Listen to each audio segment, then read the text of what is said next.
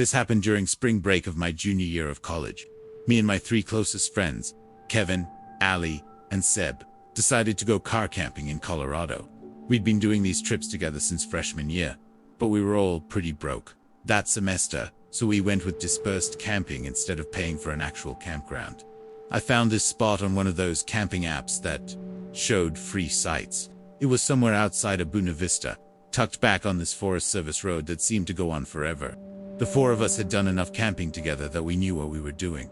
We got there around late afternoon and found this clearing near what looked like it used to be a creek bed.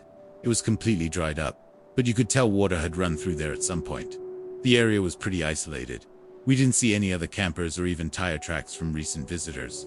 It was honestly perfect for the kind of vibe we were going for. We set up our tents in a loose cluster, maybe 15 feet apart from each other. Nothing fancy about the arrangement. Just wherever the ground looked level and didn't have too many rocks. I don't even remember what we did that night.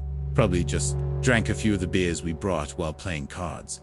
We were all pretty tired from the drive, so we called it around 11 and went to our separate tents. I remember sleeping really heavily that night, which was weird for me to begin with, but especially during a camping trip. Usually, and this is when I'm sleeping on a comfortable bed in a climate-controlled room, I wake up multiple times from being cold or needing to pee or whatever else. Point is, I'm a very light sleeper, and during a camping trip, forget it. I'm used to waking up at least 3 times, but that night I felt completely knocked out, like I'd taken a sleeping pill or something. When I woke up the next morning, something felt off immediately. I unzipped my tent to get some fresh air, and then I just froze. I noticed it immediately. All 4 of our tents had been moved, like not ruffled or roughed up by an animal. Actually moved. They were arranged in this perfect square formation, around a pile of stones that definitely hadn't been there when we went to sleep. Part of me felt like I was still dreaming. That's how bizarre and borderline unbelievable the sight before me was. Each tent had been relocated maybe 20 or 30 feet from where we'd originally set them up. But that's not really what freaked me out. The stakes were still perfectly secured in the ground, and nothing inside any of the tents had been disturbed. My sleeping bag was exactly how I left it. My phone was still plugged into my portable charger, and all my other gear was in the same spot. Nothing was missing from my tent, which I checked, double-checked, and triple-checked. I thought I was going crazy. I yelled to wake up my friends. Kevin was the first one to emerge from his tent, and I didn't even have to explain the situation to him. I could see on his face that he was experiencing the same confusion I was. Ollie and Seb crawled out a few seconds later, and as I watched them take a look around at the campsite, it was the exact same thing. None of us remembered anything, but then Ali mentioned that she'd had this really vivid dream about walking in a line through some kind of desert landscape while someone counted her steps out loud, and then Kevin chimed in, saying he had a dream about being in the army, marching alongside his fellow soldiers. Seb didn't remember having a dream, and neither did I, but we found it odd that both Ollie and Kevin had eerily similar dreams. The vibe between the 4 of us was really weird, but hard to describe. It was almost like we were reading each other's minds. It's kind of hard to express the feeling, but it really did feel like we were more connected than we had been the night before, but in a bad way. I remember looking back and forth between them, trying to figure out what it was that I was feeling around me. The best way I could think to describe the feeling is what it would have felt like if there was a 5th person watching all of us, who was also part of all of us. We examined the campsite a little more carefully, looking for clues or anything that would help us piece together what happened at first. Kevin suggested that maybe we had just gotten really drunk and forgot about what we did the night before. But this theory was shattered in about 5 seconds. We found these drag marks in the dirt leading from where each tent had originally been positioned to where they ended up. The weird thing was, the drag marks stopped about 10 feet short of each tent's final location, like someone had dragged them part way and then lifted and carried. Then the rest of the distance. The pile of stones in the center was even stranger. There were exactly 4 stones, and they were balanced on top of each other like some kind of sculpture. It actually would have been pretty were it not for the circumstances. Kevin walked over to get a closer look, and as he was leaning in to examine the top stone, he tripped and ended up knocking the whole thing over. The stones just kind of tumbled to the ground, nothing dramatic. For a second, the 4 of us just stood there in silence, staring at the scattered stones, and then things went from a 5 to a 10. At the exact same time, all 4 of us started hearing this low, rumbling sound coming from somewhere in the distance. It sounded like rocks grinding against each other, not like an earthquake or anything. more like an old stone door being pushed open. Hearing that sound kind of sent us into a panic, and we all just started packing without even discussing things. Like I said before, it felt like we were reading each other's minds, and that also applied to our feelings. I could feel my friend's fear, and I knew they could feel mine. It was really freaky, 10 times freakier than it had been not 2 minutes ago. I don't think I've ever packed up a campsite so quickly in my life. Realistically, we were out of there in under 5 minutes, but it felt like an eternity in that moment. I'm not going to harp too much on what happened. I really don't like thinking about what happened that night. And I'm worried that if I think too much about it, it'll go from being a fever dream that sort of sits in the back of my mind to something more real. That was 5 years ago now. The four of us don't really see each other anymore. But I guess that's kinda how it goes as everyone gets older. Kevin moved to Denver after graduation. Ali's in grad school in California. And I think Seb moved to Chicago with his girlfriend. We keep in touch, but we've never really talked about that night since. My name is Simon. This happened last summer. When I was 23, my girlfriend, Cadence, and I had been planning this camping trip for months. Just the two of us. No self-service, no distractions. We'd been together for about a year and a half at that point. And honestly, things had been getting a little stale. Not bad, just routine. We figured a weekend in the woods would be good for us. We picked a spot in the Eerie National Forest in North Carolina. I'd been looking at different locations online for weeks, trying to find something that wasn't too crowded, but also wasn't completely isolated. The place I settled on was this campground, about 3 miles down a Forest Service road. According to the reviews, it had maybe 6 or 7 sites total, and they were pretty spread out from each other. We left Friday afternoon around 3, stopped for supplies at a grocery store near the forest entrance, and made it to the campground just before sunset. The road getting there was rough, lots of potholes and loose gravel, but my truck handled it fine. When we pulled into the main clearing, I was honestly pretty satisfied with my choice. There were a few picnic tables scattered around, a couple fire rings, and the sites themselves were tucked back into the trees, enough that you'd have some privacy.